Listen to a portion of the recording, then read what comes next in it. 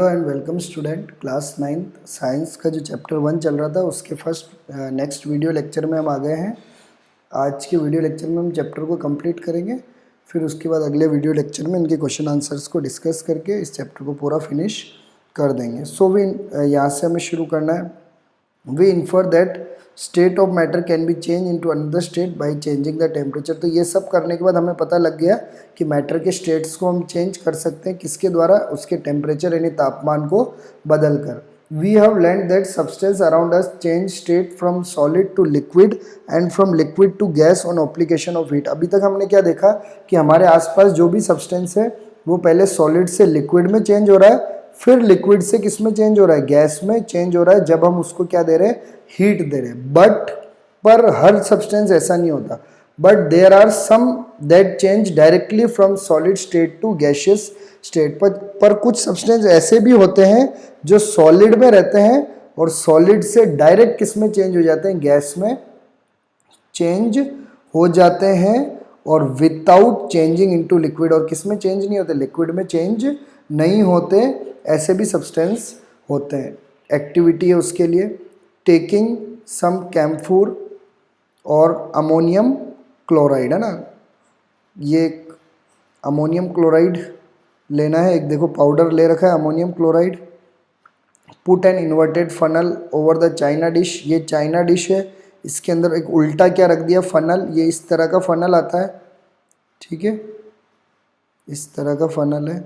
इसको क्या कर दिया, उल्टा चाइना डिश के ऊपर रख दिया और उसके बाद put A cotton plug on the stem of the funnel, और ऊपर क्या लगा दिया, कॉटन लगा के इसको बंद कर दिया, ठीक है, अमोनियम क्लोराइड।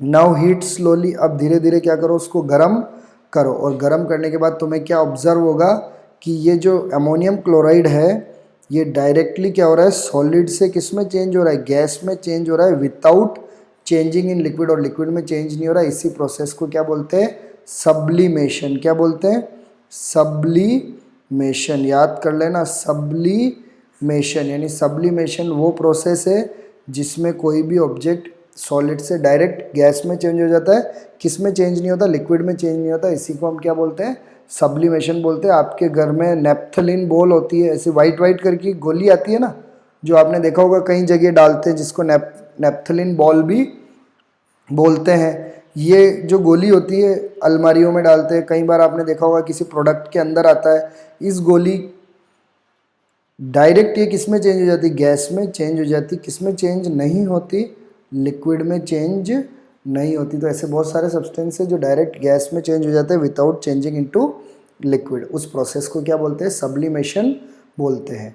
नेक्स्ट टॉपिक है effect of change of pressure. Pressure के चेंज करने के कारण क्या होता है। We have already learn that difference in various state of matter is due to difference in distance between the constituent particle. हमने पहले ही पढ़ लिया कि अलग अलग स्टेट क्यों है, क्योंकि पार्टिकल के बीच की दूरी अलग अलग है। सॉलिड में पास पास है, लिक्विड में थोड़ा दूर दूर है, गैस में और भी ज़्यादा क्या है, दूर दूर है। तो अलग अलग स्टेट क्यों है, क्योंकि उनके बीच में डिस्टेंस है। What will happen when we start putting pressure and compress a gas enclosed in a cylinder. तो तब क्या होगा, जब हम प्रेशर लगाएंगे और गैस को क्या करेंगे, दबाने की कोशिश करेंगे। Will the particle come closer. क्या पार्टिकल क्लोज आएंगे। Do you think that increasing और decreasing the pressure can change the state of matter. क्या प्रेशर को बढ़ाने से और कम करने से हम पार्टिकल के स्टेट्स को चेंज कर सकते हैं क्या। तो इसका आंसर अब मिलेगा। देखो एक सिलेंडर है, एक पिस्टन लगा दिया, देखो गैस के पार्टिकल को दबाया जा रहा है और पास में लाया जा रहा है, देखो और पास में, देखो बिल्कुल ये सॉलिड की तरह हो गए, पास पास में। इस वाले केस में किसकी तरह हो गए, लिक्विड की तरह। और इस वाले में क्या था, ये गैस था। तो पिस्टन की मदद से सिलेंडर में पार्टिकल को पास में लाया गया। तो देखो अप्लाइंग प्रेशर, अगर हम प्रेशर को लगाएंगे और रिड्यूस करेंगे टेम्परेचर को, और टेम्परेचर को क्या करेंगे, कम करेंगे, तो हम गैस को क्या बना सकते हैं, लिक्विफाई, यानी लिक्विड में क्या कर सकते हैं, चेंज कर सकते हैं। Can you heard of solid carbon dioxide. क्या आपने सॉलिड कार्बन डाइऑक्साइड के बारे में कभी सुना है, नहीं सुना है। तो देखो it is store under high pressure. अगर हम कार्बन डाइऑक्साइड में ज़्यादा प्रेशर से उसके पार्टिकल को पास पास में लिया है तो solid CO2 get converted directly to gaseous state on decreasing the pressure of 1 atmosphere. लेकिन अगर हम उसके प्रेशर को वापस कम कर दें तो वो सॉलिड कार्बन डाइऑक्साइड वापस किस में चेंज हो जाता है, गैसियस कार्बन डाइऑक्साइड में चेंज हो जाता है, बिना लिक्विड में चेंज हुए। और दिस इज रीज़न, इसीलिए हम सॉलिड कार्बन डाइऑक्साइड को क्या बोलते हैं, ड्राई आइस भी बोला जाता है। इसीलिए सॉलिड कार्बन डाइऑक्साइड को किस नाम से जाना जाता है,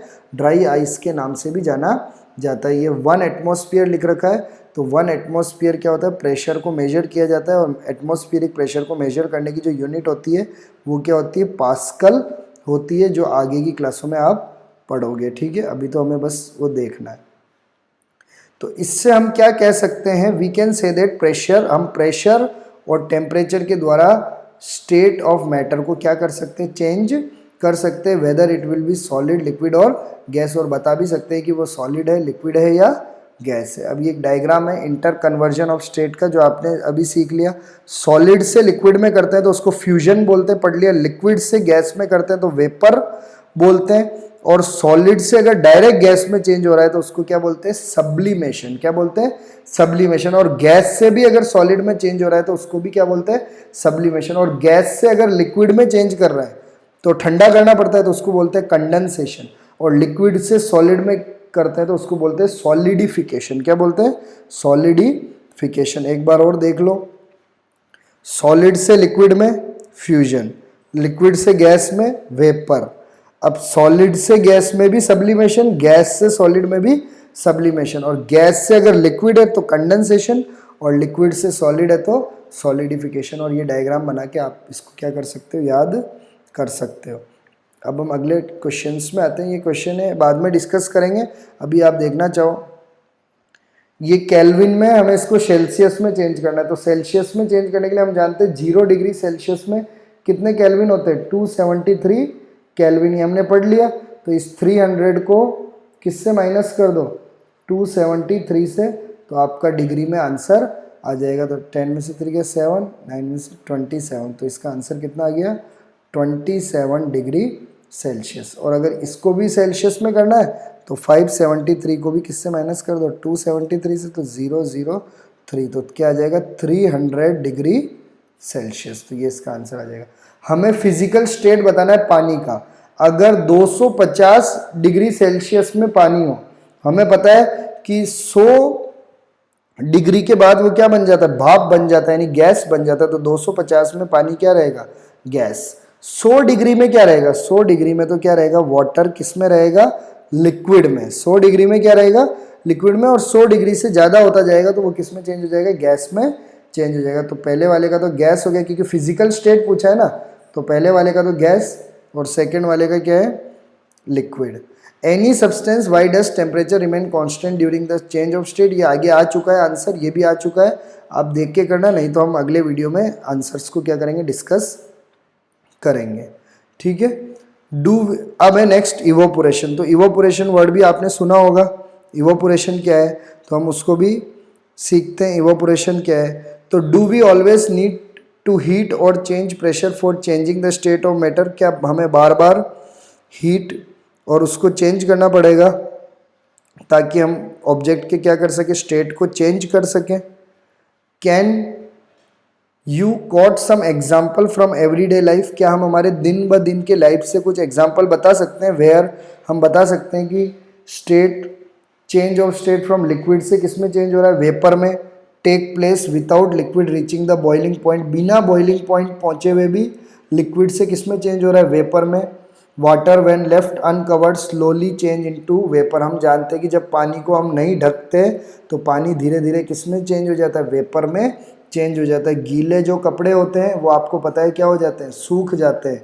what happened to water in the about two example. इन दोनों में क्या वाटर को क्या हुआ, क्या वाटर 100 डिग्री तक हीट हुआ क्या। अगर 100 डिग्री तक हीट होता तो हमारे कपड़े तो क्या हो सकते थे, जल भी सकते थे। तो इसलिए इन सब केस में we know that particle of matter always moving and are never at rest. हमने शुरू में पढ़ लिया मैटर के पार्टिकल हैं, हमेशा मूव कर रहे हैं, वो कभी भी रेस्ट में नहीं है। At a given temperature in any gas, solid और liquid, these particle with different amount of kinetic energy. और हम जानते हैं कि किसी भी गिवन टेम्परेचर में, भले गैस में हो, लिक्विड में हो या सॉलिड में हो, तो सब में कुछ ना कुछ एनर्जी होती है और वो क्या करते हैं, मूव करते हैं।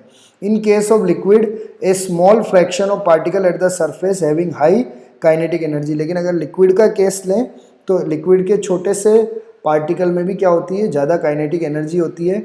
is able to break away from the force of attraction of other particle and get converted into vapor। और थोड़ा सा भी अगर उसमें फोर्स लगता है तो उसके पार्टिकल अलग हो जाते हैं और वो किस में चेंज हो जाते हैं, वेपर में चेंज हो जाते हैं। तो यही है डेफिनेशन, वो प्रोसेस, फिनोमिनन या प्रोसेस जो चेंज कर रहा है लिक्विड को, किस में कर रहा है, वेपर में। और किसी भी टेम्परेचर में, जरूरी नहीं है कोई फिक्स टेम्परेचर, किसी भी टेम्परेचर में बिलो इट्स बॉइलिंग पॉइंट, यानी उसके बॉइलिंग पॉइंट से भी कम, यानी वाटर का बॉइलिंग पॉइंट है 100 डिग्री सेल्सियस, लेकिन उससे भी कम में अगर वो लिक्विड को वेपर में चेंज कर रहा है तो वो प्रोसेस को क्या बोलते हैं, इवेपोरेशन। क्या बोलते हैं, इवेपोरेशन। अब इवेपोरेशन को क्या क्या चीजें अफेक्ट करती है, यानी क्या क्या चीजें इवेपोरेशन के फैक्टर को क्या करती है, इफेक्ट करती है। तो हम देखेंगे। सबसे पहले देखो, take 5 ml of water in a test tube. एक 5 ml टेस्ट ट्यूब में पानी लेना है। Keep it near a window, या तो उसको खिड़की के पास रखो या फैन के नीचे रख लो। एक तो टेस्ट ट्यूब में लेना है, टेस्ट ट्यूब तो ऐसा होता है। और 5 मिलीलीटर वाटर लेना है, किस में लेना है, ऐसी चाइना डिश में, ऐसी चाइना डिश वाली प्लेट है, और उसको या तो विंडो में रख लो या फैन में रख लो। फिर take 5 ml of water in open china dish,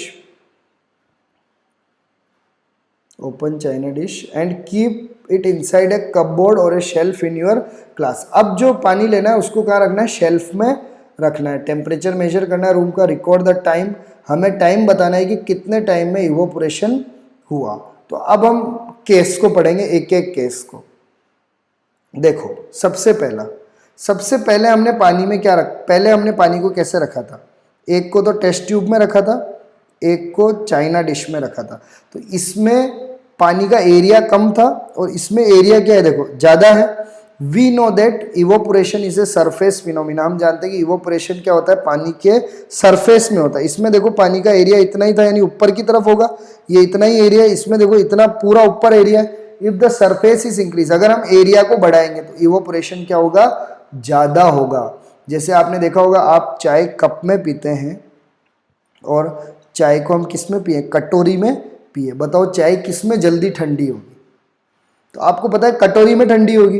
क्यों कटोरी में ठंडी होगी, कटोरी का एरिया बढ़ गया, और एरिया बढ़ गया तो इवोपोरेशन फास्ट होगा, और इवोपोरेशन फास्ट होगा तो चाय क्या हो जाएगी, जल्दी ठंडी हो जाएगी। इवोपोरेशन फास्ट होना है तो एरिया को बढ़ाना है। अब आपसे कोई पूछे कि नदी में ज़्यादा इवोपोरेशन होगा या समुद्र में, तो आप बोलोगे ओशियन में, क्योंकि ओशियन का एरिया क्या है, ज़्यादा। इसलिए आपने देखा होगा ना कि चाय को लोग प्लेट में डाल के, छोटी प्लेट आती है नीचे, उसमें डाल के पीते, ताकि क्यों, वो जल्दी ठंडी हो जाए, क्योंकि एरिया बढ़ेगा तो इवोपोरेशन। तो पहला इंपॉर्टेंट पॉइंट जो आपको याद रखना है कि अगर हम एरिया को इंक्रीज करेंगे तो इवोपोरेशन भी क्या होगा, इंक्रीज होगा। इसीलिए कपड़े सुखाते वक्त आपने देखा होगा कि उसको दूर दूर सुखाते, दूर दूर, पास पास सुखाएंगे तो वो जल्दी नहीं सूखेंगे, लेकिन दूर दूर फैला देंगे तो वो जल्दी सूख जाएंगे। सेकंड, अगर टेम्परेचर को बढ़ाएंगे, अगर हम टेम्परेचर को बढ़ाएंगे तो पार्टिकल में एनर्जी आएगी, और पार्टिकल में एनर्जी आएगी तो वो किस में, जल्दी वेपर में हो जाएंगे। अगर मान लो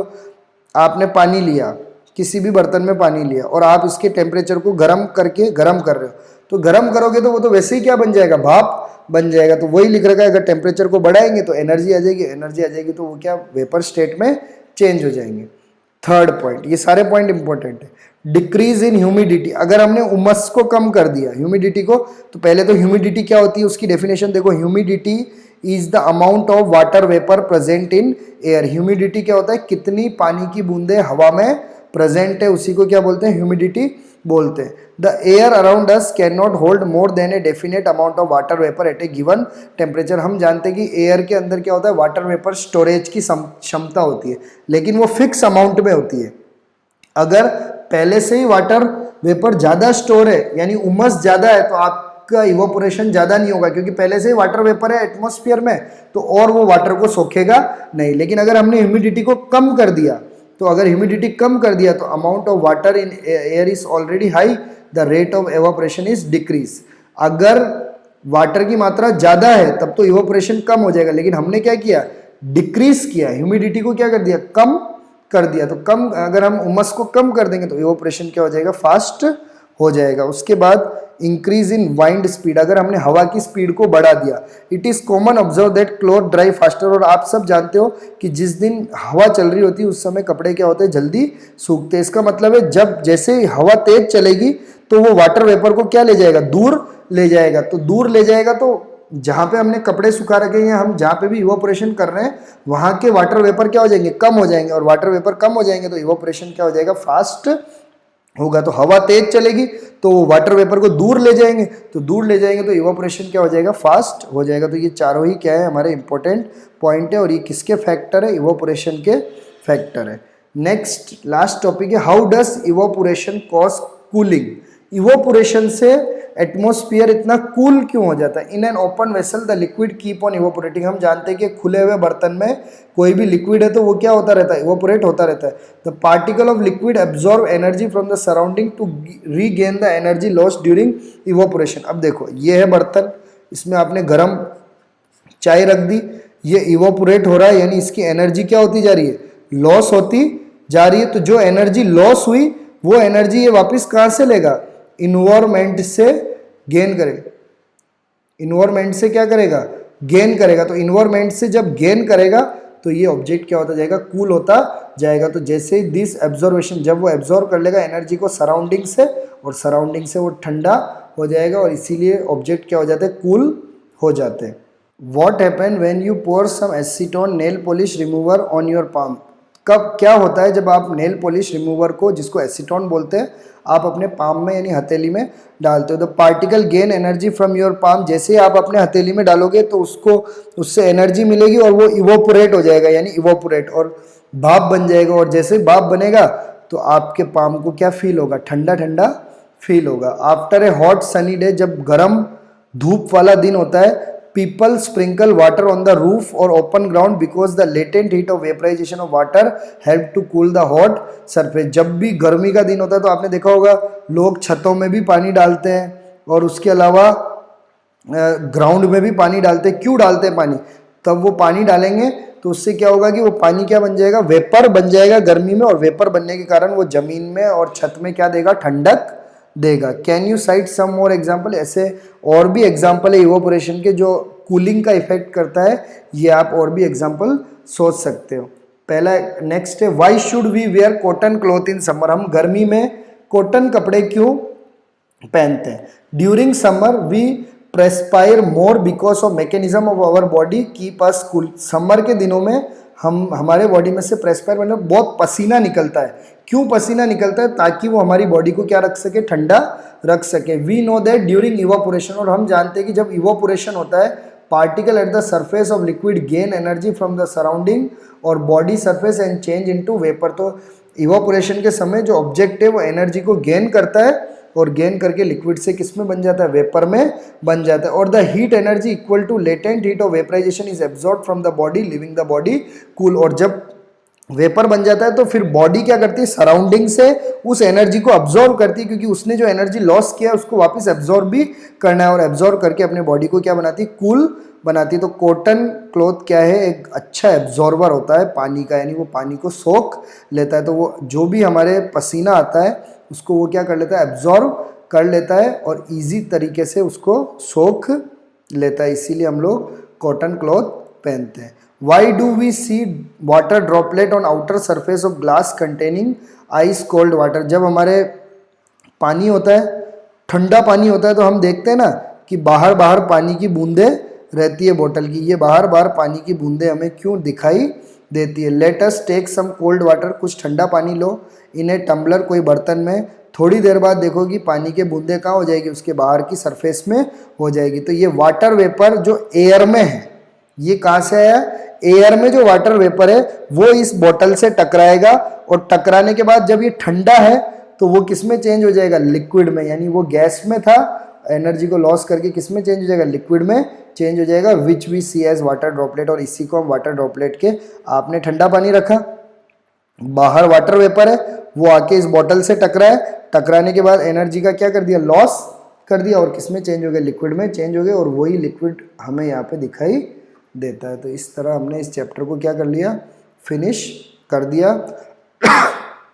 एक चीज़ और ध्यान रखनी है, अभी तक हमें यही पता है कि 3 स्टेट होते हैं, सॉलिड, लिक्विड और गैस, पर 2 स्टेट और हैं, एक प्लाज्मा है और एक क्या, बॉस आइंस्टीन कंडेंसेट। ये प्लाज्मा और बॉस आइंस्टीन, यानी बॉस हमारे सत्येंद्र बॉस इंडिया के और एक आइंस्टीन, इन्होंने मिलकर एक और स्टेट बनाया है। तो ये 5 स्टेट के आपको नाम याद रखने, सॉलिड, लिक्विड, गैस तो है ही, फिर प्लाज्मा और बॉस आइंस्टीन कंडेंसेट है। तो इस तरह हमने चैप्टर को कंप्लीट कर लिया। अब अगले वीडियो लेक्चर में या तो हम इस क्वेश्चन आंसर को करेंगे या तो मैं आपको पीडीएफ प्रोवाइड कर लूँगा, तो आप उसमें से उन क्वेश्चन आंसर को करके अपनी कॉपी में, नोटबुक में उतार लेना।